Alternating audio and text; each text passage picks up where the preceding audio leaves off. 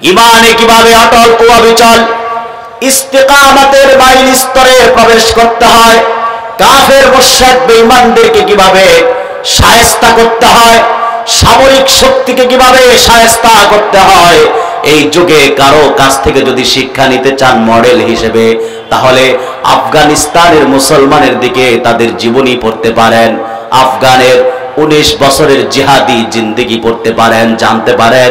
আপনি দেখবেন আমেরিকার সামরিক শক্তি একদিন নয়, 2 দিন নয়, 19 বছর হামলা করেছে। সকল হামলাকে, বিষ-দাগকে তারা রক্তের নাজরানার মাধ্যমে জবাব দিয়েছে, রক্ত দিয়েছে, নাজরানা পেশ করেছে। কিন্তু 1 সেকেন্ডের জন্য আমেরিকার সামরিক বাহিনীর সাথে তারা আপোষে যান নাই, চুল পরিমাণ নিজেদের ইস্তেকামাত থেকে বিচ্যুত হন নাই, ঠিক কিনা বলেন? সেজন্য একদিন নয়, 2 দিন নয়, অসংখ্য প্রাণ 19 বছরে নাজরানা পেশ করার মাধ্যমে 19 বছর পর আল্লাহ রাব্বুল আলামিন তাদেরকে বিজয় দান করেছে। ইমানদারের ঘরে হলেই কি ইমানদার হওয়া যায়? মানুষের ঘরে হলেই কি মানুষ হওয়া যায়? মানুষের ঘরে হলেই মানুষ হওয়া যায় না। মানুষের ঘরে আমরা দেখেছি, মানুষের ঘরে কিছু বানরও হয়। আর যেটা আমাদের জাফর ইকবাল স্যারকে না দেখলে বিশ্বাস করতাম না, মানুষের ঘর যে বানর হয়, ঠিক কিনা? তাহলে ইমান কি ভাইরা? ইমান হলো আল ঈমানু মিনাল আমনি দিদ্দুল খাউফি ওয়াশ শাক্কি। ইমান হলো নিশ্চিন্ত বিশ্বাস, যা ভীতি ও সন্দেহের বিপরীত। বলুন সুবহানাল্লাহ।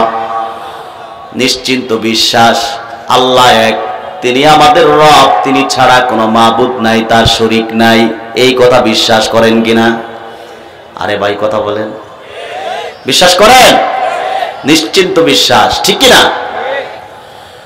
আল্লাহ আমাদের রব, তিনি ছাড়া মাবুদ নাই, তিনি আমাদের রব। এই কথা বলার পর যদি নিপীড়ন নিষ্পেষণ আসে, সে কথায় আমরা অটল, তখনও অটল থাকবো, অবিচল থাকবো, ঠিক কিনা বলেন? পৃথিবীর কোন রাজ শক্তিকে আমরা ভয় পাবো না, ভয় করিও না, ভয় করবো না।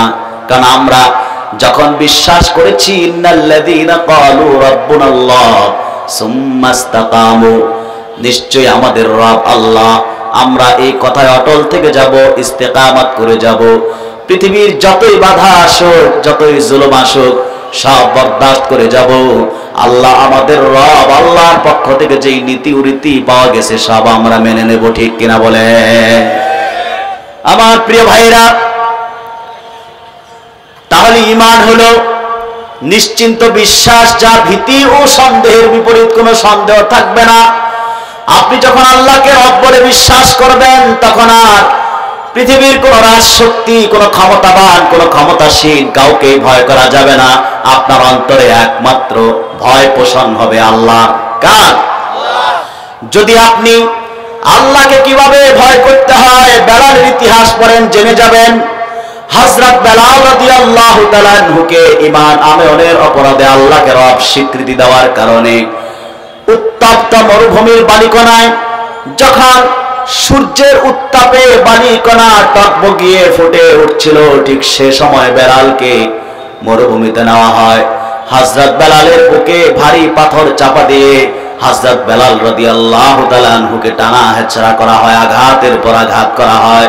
কিন্তু তিনি উমাইয়ার সকল নির্যাতনকে বরদাস্ত করেছেন, চুল পরিমাণ ঈমান থেকে বিচ্যুত হন নাই, কারণ তিনি রব হিসেবে স্বীকৃতি দিয়েছেন আল্লাহকে, আল্লাহর ভয় অন্তরে পোষণ করেছেন, ঠিক কিনা বলেন?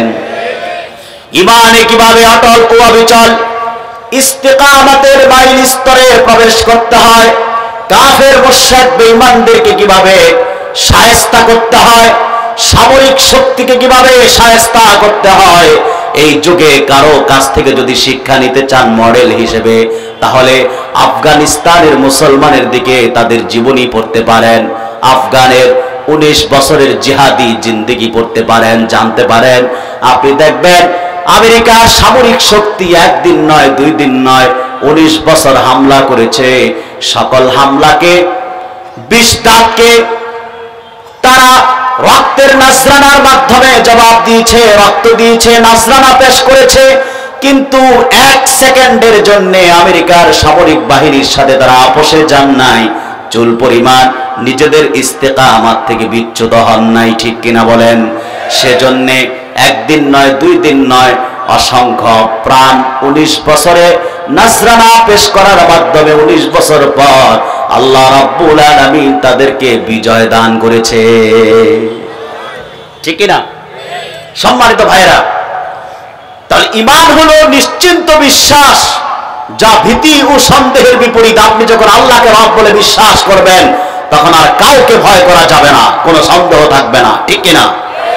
সেই ঈমান, নিশ্চিন্ত বিশ্বাস ও ভীতি মুক্ত ঈমান, ঈমানে কিভাবে অটল ও অবিচল থাকতে হয় তার একটি দৃষ্টান্ত আমি আপনাদের সামনে তুলে ধরছি। রাসূল করিম সাল্লাল্লাহু আলাইহি সাল্লাম যখন মক্কাতুল মুকাররমায় আল্লাহর দ্বীনের প্রচার শুরু করলেন, কাফেরদের পক্ষ থেকে বাধা আসলো। আল্লাহর হাবিব সাল্লাল্লাহু আলাইহি সাল্লাম একজন বিশ্বস্ত সাহাবীর বাড়িতে দারুল আরাকামে অবস্থান করলেন। দারুল আরাকাম থেকে সাহাবায়ে কেরামকে জিহাদের প্রশিক্ষণ দিতে লাগলেন। সুবহানাল্লাহ বলেন। যখন